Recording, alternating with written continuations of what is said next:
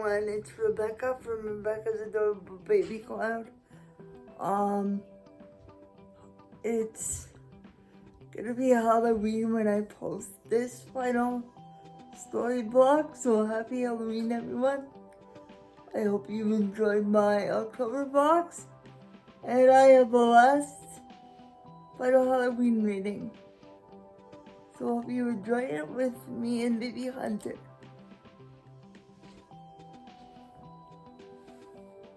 The Berenstain Bears and the Prize Pumpkin. Pumpkins are just like everything else in nature, said Papa Bear, and he and the cubs finished weeding the pumpkin patch. No two of them are exactly alike, that's for sure, agreed Brother Bear. Look at the funny flat one, that lumpy one over there. And there was the giant, which is what Papa had named one, just seemed to be getting bigger and bigger. Why is it that no things are exactly alike? Asked Sister Bear, and it's just the way nature is, answered Papa. Time to wash up for supper, called Mama Bear from the treehouse steps. What about Queenie McBear's twin brothers? Asked Sister. They certainly look a lot alike, said Papa, but I've noticed that Mrs. McBear can tell them apart quite easily. In you go, said Mama, shooting her family into the house. But Sister didn't go right in. She stood on the stoop for a moment and looked out over Bear Country. It was well into fall, so the days were getting shorter. Halloween had come and gone. Pretty soon the bears would start thinking about Christmas. But right now, Bear Country was aglow in the setting sun. Farmer Ben's well-kept farm looked especially fine, with its bald hay, corn shocks, and pumpkin castings along shadows. I guess nature's pretty amazing, Sister said, as she looked out over the beautiful scene. It's the most amazing thing there is, said Mama. Come now, in you go. Farmer Ben's farm sure looks beautiful in the setting sun, said Sister, as the family sat down to supper. Said Papa grumpily. Farmer Ben's not such a much. Not such a much, said Mama. Why, Ben's the finest farmer in Bear Country, and besides, he's one of your best friends. That may be so, said Papa, but earlier today he came by and said, nice little pumpkin patch you got there, Papa. What he said is true, said Mama, especially compared to his fields and fields of pumpkins. That may be so, too, grumped Papa, but I didn't like the way he said it. He sort of chuckled. My patch may be small, but the giant is big. It may be the biggest and best pumpkin in all Bear Country. What do you think about that?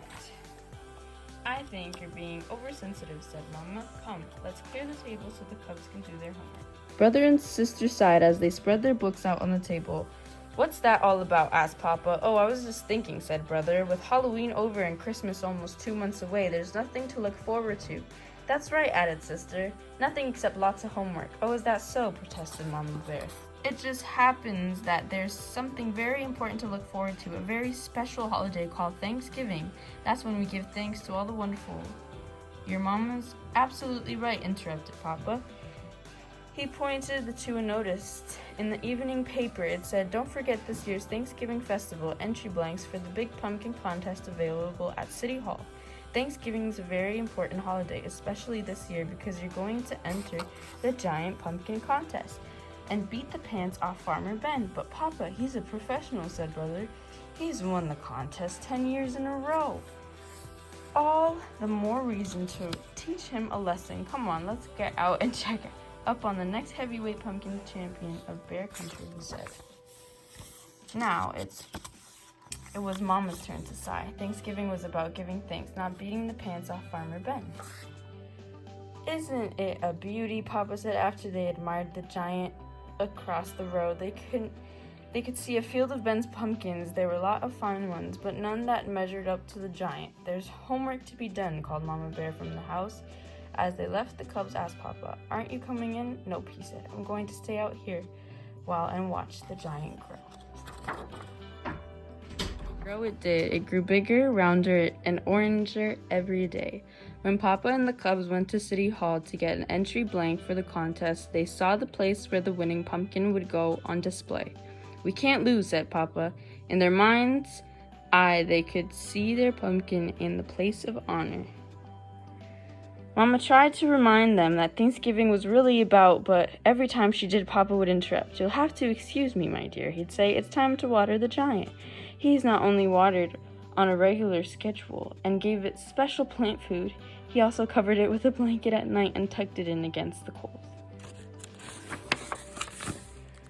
One afternoon, the Cubs got off the school bus with something important to tell Papa, but they were stopped in their tracks by what they saw. He was talking to the giant. "Come on, old buddy, you can do it. Suck up that water, take in that sunlight." Mama explained that Papa had bought a book from the swindler Raffish Rolf about how to encourage your plants to grow by talking to them. "Well," said Brother, "I don't suppose it can do any harm." "It sure could harm his reputation," said Sister, "if anybody saw him talking to a pumpkin."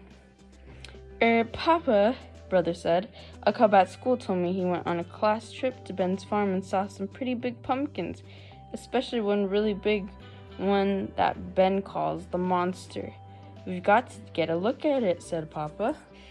That evening, Papa and the Cubs climbed through the fence into Farmer Ben's field. They saw some good-sized pumpkins, but none to match the giant. "Maybe it's behind the barn," whispered Papa. Suddenly, a light shone on them, and they heard Ben shout, "Prowlers in the pumpkin field, get my pitchfork." They got out there so fast, Papa tore his overalls climbing through the fence. "What have you been up to?" asked Mama Bear when they got home. "Nothing much," said Papa, "just strolling in the moonlight."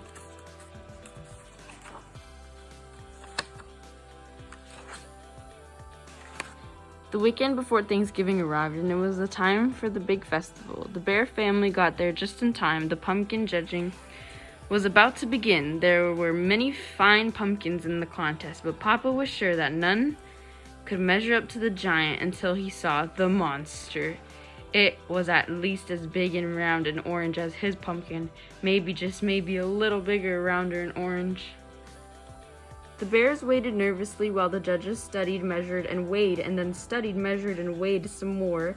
Finally, they made their announcement. The first prize winner and still champion.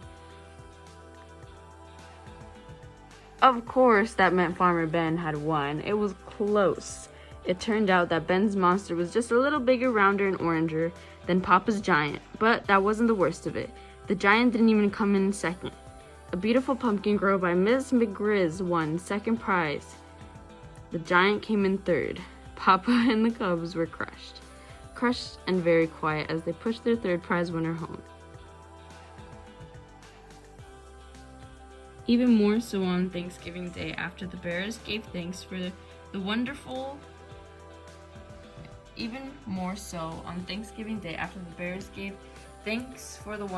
meal they were about to enjoy, Sister Bear gave her own special thanks. "I'm thankful," she said, "that we didn't win first prize.